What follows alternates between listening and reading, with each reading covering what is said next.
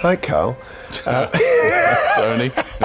They should not have let us do this I know, together. exactly. Your living room is beautifully decorated. Hey, that had done up for you, especially. Kitchen's a little odd. All Give me right. some love. See you, dude. Yes. Oh yeah, nailed it sort of. You Okay. committed, and Yeah. that's what it takes.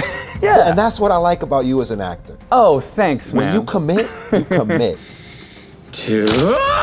That grew up as a kid of the 90s. So Jim Carrey was really inspirational to me. Yo, bro, I see it now. Yeah, the way he plays an everyman, I think, is really inspiring to me, and especially this role on the show. We save everyone, even if they don't deserve it, especially if they don't deserve it. I had a really good feeling about the show in general, just reading it. Like, I've never read anything like this, obviously. It's very original, very cool. Hey, Deep. What? Eat Timothy. I talked to him on the phone. Kripke was like, yeah, the show's gonna be good. And like, I think you're gonna have a lot of fun with the role. And like, we just like your take on it. Yeah, if it's something you wanna do, then we can do it. I was just like, let's do it. Yeah. I was in fittings before I even had scripts. Yeah. I had just read that pilot episode, and that was it. And like, I didn't really know what I was getting myself into until after all of that. There's a lot of layers to the A Train that people haven't seen yet.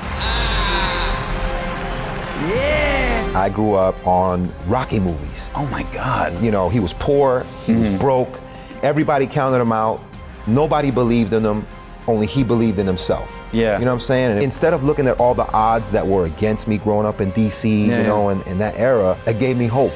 Yeah. And that's all a person needs is hope. When you saw Rocky, was that what made you want to be an actor? Yes. Really? Absolutely. Full stop. I wanted to make people believe in themselves, and I wanted to play something that could inspire people the way I felt inspired by him. It's like Soldier Boy. He's like this steel sliver inside of my brain after he...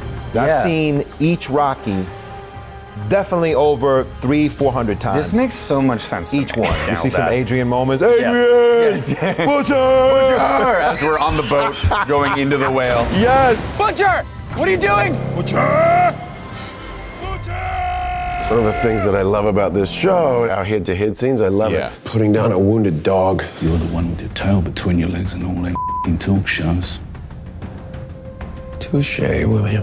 One thing that's really cool to me is how superheroes have evolved. Well, it's gotten lifelike. When we were kids, it was all animation, or it was just on the page. I grew up watching Thundercats and He-Man, and those were kind of the larger-than-life heroes. I think Smallville really did a great service to that genre in personalizing the superhero world. That's one thing I really love about this show specifically. It's taking the idea of what those superheroes are and just flipping it on its head. People are eating it up. And everybody wants to see it. Yeah. Right? And it's fun as hell to put on a superhero outfit. I'll do it all day. I'll keep doing it. The first scene, season 2, that we worked on together, when we came back. Yeah. Before Butcher came back to the boys, when he was off, we're in the Haitian King's basement. You remember that? Yeah. When you and I got into it. Oh, it was great. That was some of the most fun that I've had on this best. set. That back and forth, like we really got into it. No one's coming to save us. You don't get it. You are not a soldier.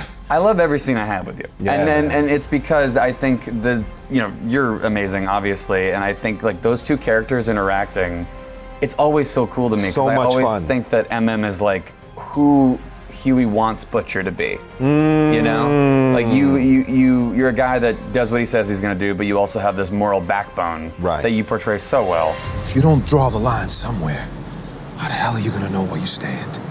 I think that's where the most interesting work happens, when you're standing on the edge, and that's one of the things that I love about what you do in this role particularly.